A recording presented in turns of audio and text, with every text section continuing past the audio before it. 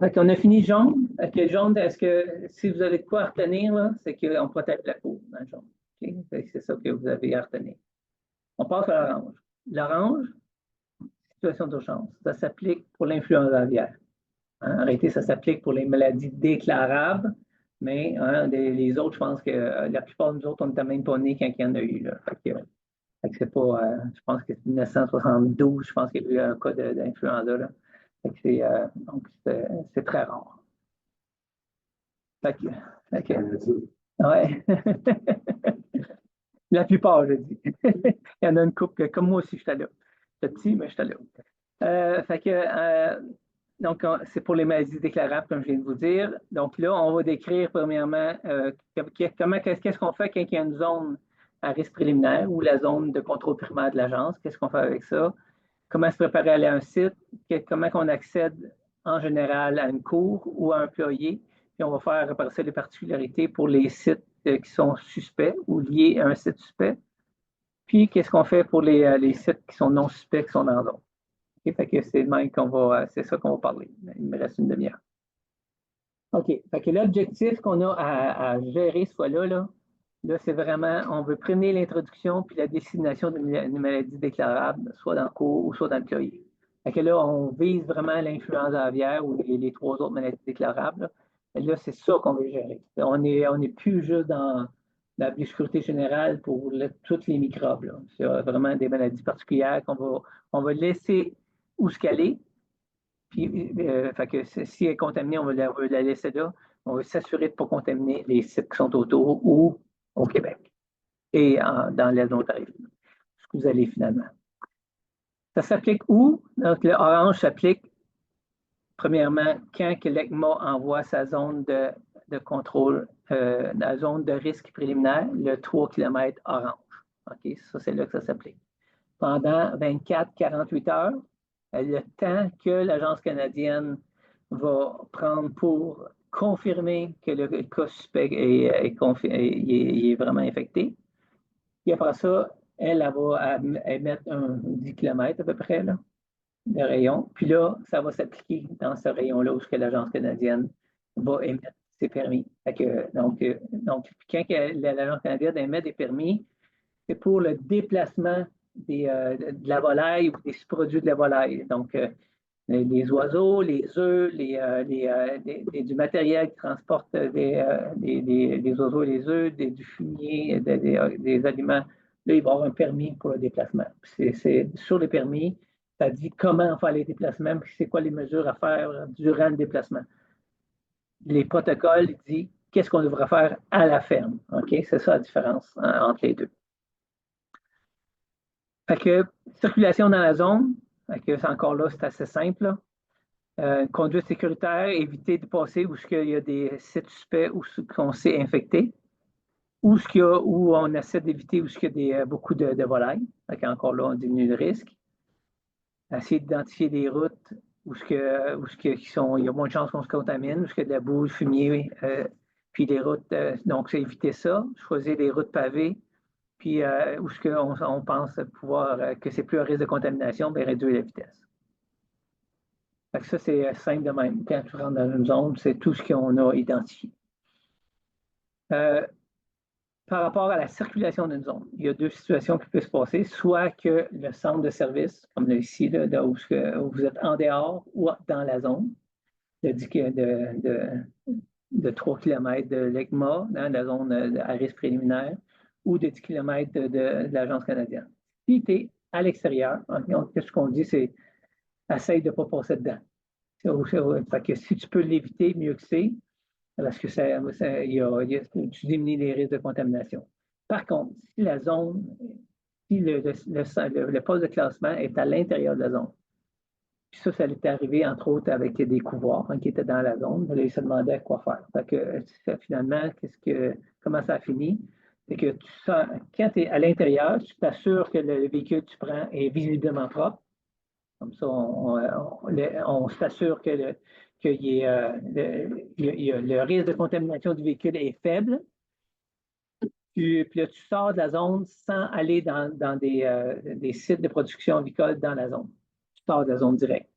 Tu peux faire ta run à l'extérieur de la zone. Et ensuite, tu peux revenir et faire des sites avicoles à l'intérieur de la zone pour se retourner au poste de classement. C'est comme ça que ça a été identifié. C'est ça la logique de ça finalement. Et fait que il n'y a pas grand-chose à retenir. Soit tu ne vas pas dedans quand tu es en dehors, ou quand tu es en dedans, tu sors, tu vas faire ce que tu es en dehors, puis tu reviens après.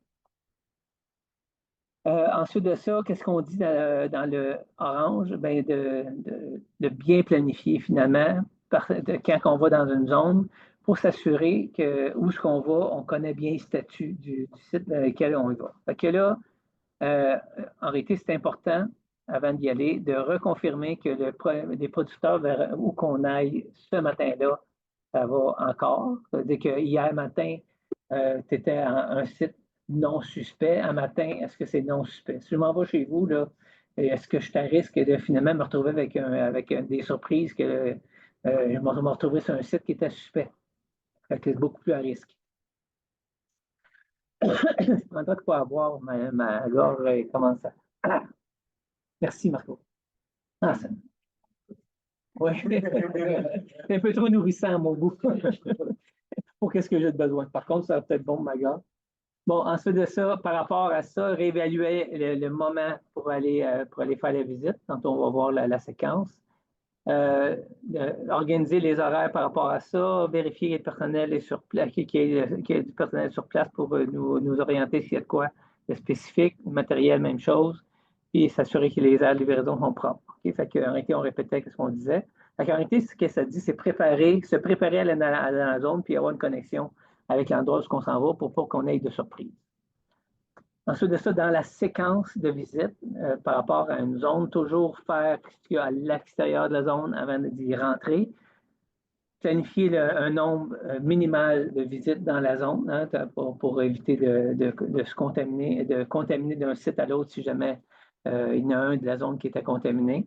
Puis finir toujours avec un site qui était suspect. Si on a à y aller, on va voir tantôt la situation là, pour laquelle que vous pourriez être demandé d'aller là. Finalement, on dit toujours qu'il se pourrait une situation où ce que vous pourriez vous retrouver sur un site où il y a une déclaration pendant que vous êtes là. Fait que, ce qui serait très peu probable, là, mais ça se pourrait. Ça pourrait que finalement, il y a quelqu'un, vous êtes là, quelqu'un dise finalement, j'ai appelé l'agence canadienne, puis je pense qu'il y a de l'influence aviaire. Là, ça serait l'agence canadienne qui déciderait de la façon dont vous sortez du site. Vous auriez probablement, vous demanderez probablement de laisser les œufs là et avoir une désinfection du camion. Puis, donc, c'est eux autres qui dicteraient quoi faire. Ça, c'est juste pour l'influenza ou c'est pour les maladies? C'est pour les maladies déclarables, les 4 déclarables. Mais présentement, là, on parle de l'influenza. C'est vraiment ça. Oui, c'est ça. Les autres, c'est ça, on n'en voit pas présentement depuis des décennies. Mais ça sera la même chose. OK? Fait que là, on se prépare pour aller, on sait qu'on s'en va dans une zone. OK? Puis là, qu'est-ce qui doit être fait finalement? S'assurer que le camion qu'on va prendre est visiblement propre. OK? Fait que là, on réfère aussi au protocole de biosécurité, de lavage qu'on a fait. S'assurer de prendre, quand on a le choix, prendre des véhicules qui avec des intérieurs lavables, planchers et pièges. Puis là, on peut désigner des endroits propres puis contaminés. C'est-à-dire que je vais mettre, je ne sais pas moi, tout ce qui est propre sur mon siège à côté dans une boîte de plastique, puis en arrière, je vais mettre tout ce qui est, je vais jeter après. C'est ce genre d'endroit-là, vous connaissez vos camions, pour que ce soit vraiment séparé pour ne pas contaminer un avec l'autre. OK? OK, déterminer ça en partant. Ensuite de ça, là, quand on est dans une zone orange, OK, ou de l'agence canadienne, hein, l'agence canadienne va vous demander, en sortant de la cour, de vaporiser le train de roues et les roues.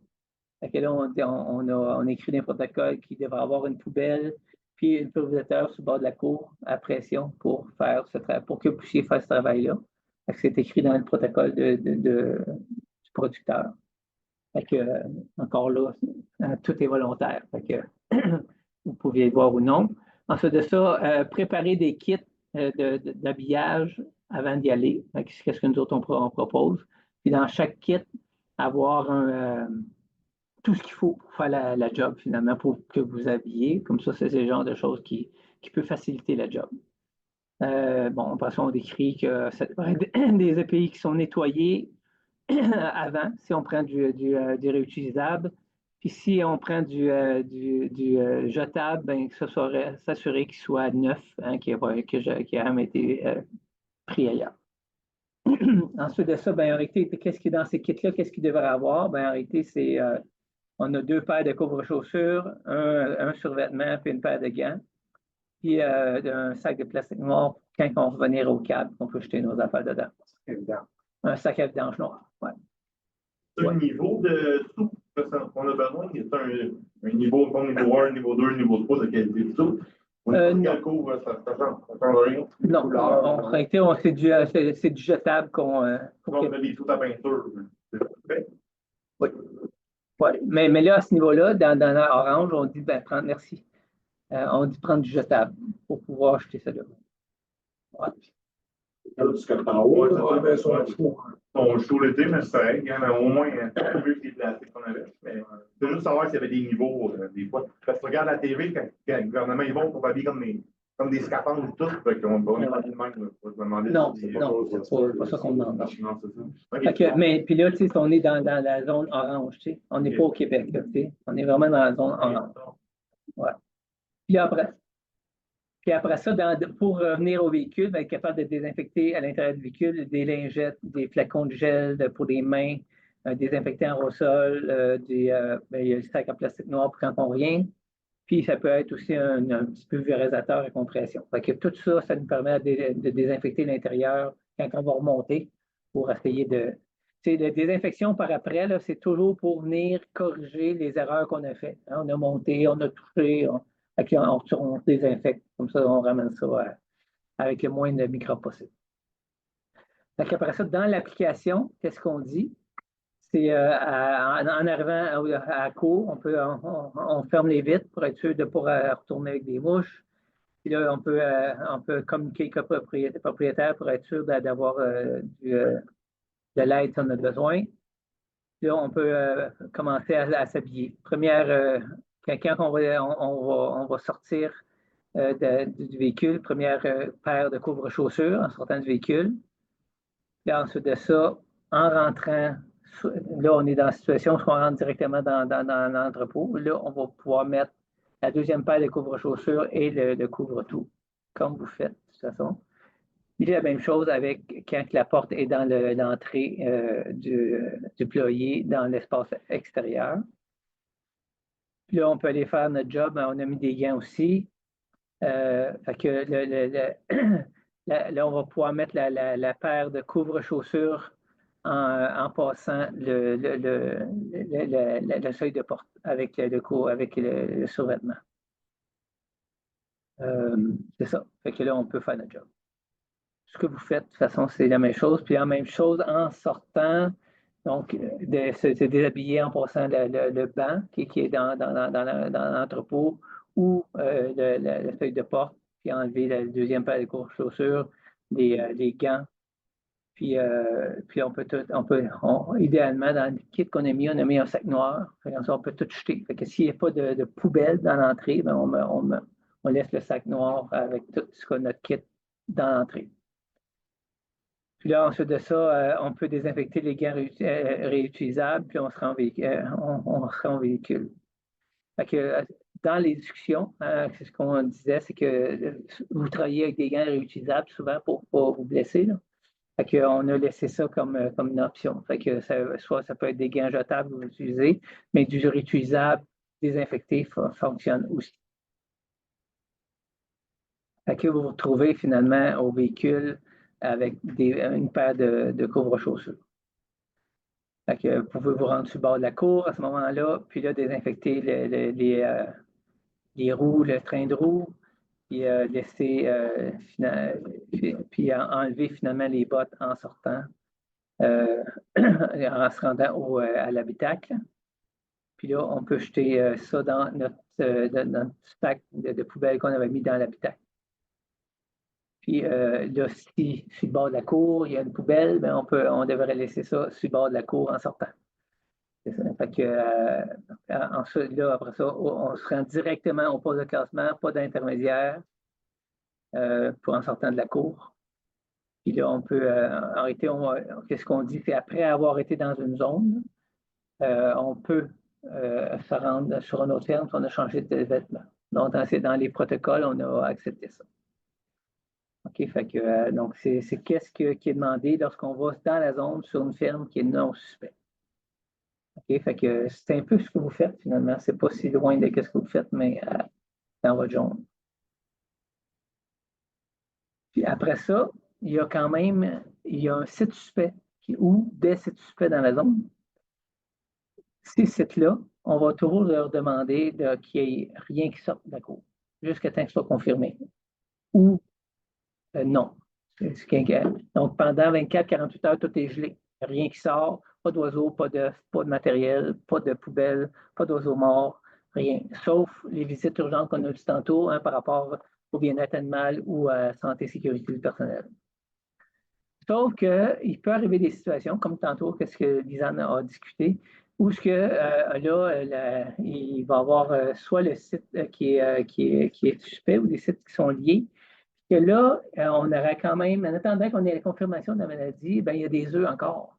Mais là, on ne sait pas si c'est infecté. Fait que là, on veut quand même continuer à ramasser les œufs. Ça se peut que ce ne soit pas infecté.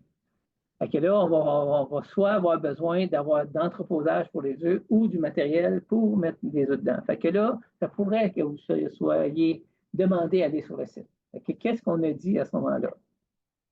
On pourrait amener une remorque réfrigérée sur le site, puis amener du matériel d'emballage aussi. Puis là, à ce moment-là, en s'habillant, tout comme on vient de décrire, puis en laissant ça sur place. Okay? Fait que, donc, c'est qu'est-ce qui peut être fait.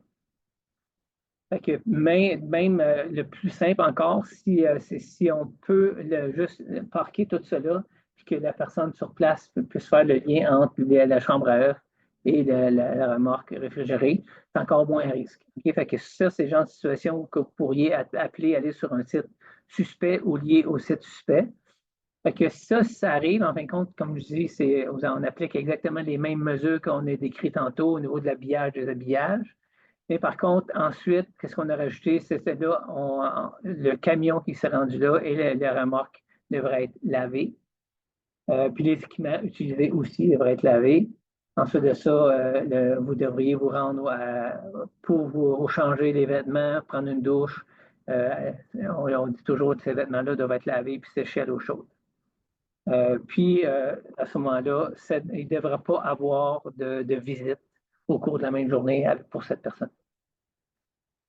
C'est tout simplement ça pour le orange.